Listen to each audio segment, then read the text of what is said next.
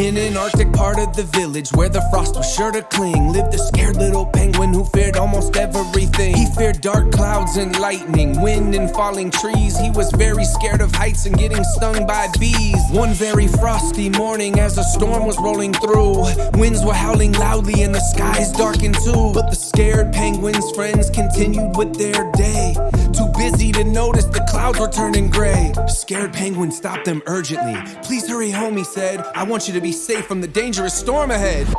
But grouchy Snapper took no heed. He turned and swam away, determined be called out. "Can't stop, there's too much on today."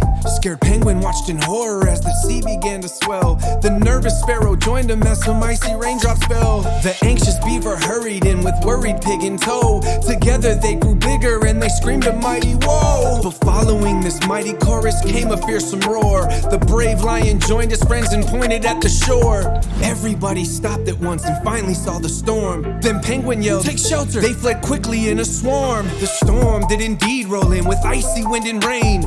Penguin thanked the lion and all the other friends who came. The penguin felt much better when his friends could assist.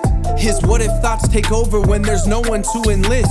Standing in this dark, damp cave with shadows all around, it's just the kind of place that his what if thoughts resound. You see, penguin's biggest fear really came from the unknown. He was scared of what the dark might bring, especially when alone. At the end of every day, as the sun would dim its light, the scared little penguin really wanted to take flight. His senses would heighten and his heart would race.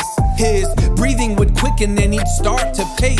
His muscles would clench up, growing tight with fright. Whatever lurked in darkness, he'd be ready to fight.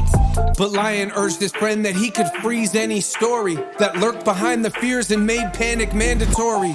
Penguin listened closely and thought for a while. Brave Lion was right. Penguin lit up with a smile.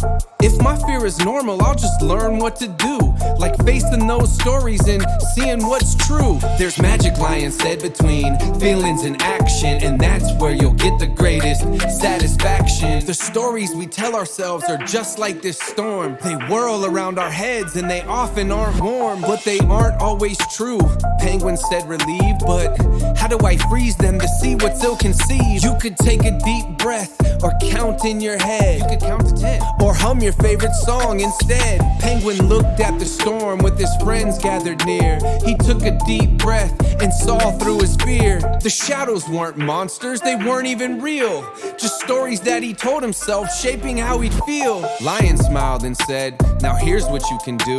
When fear starts to grow, fact check what's true. You can choose to move forward or let it block your way, but remember it's your choice at the end of the day. You can choose to move forward or let it block your way, but remember it's your choice at the end of the day."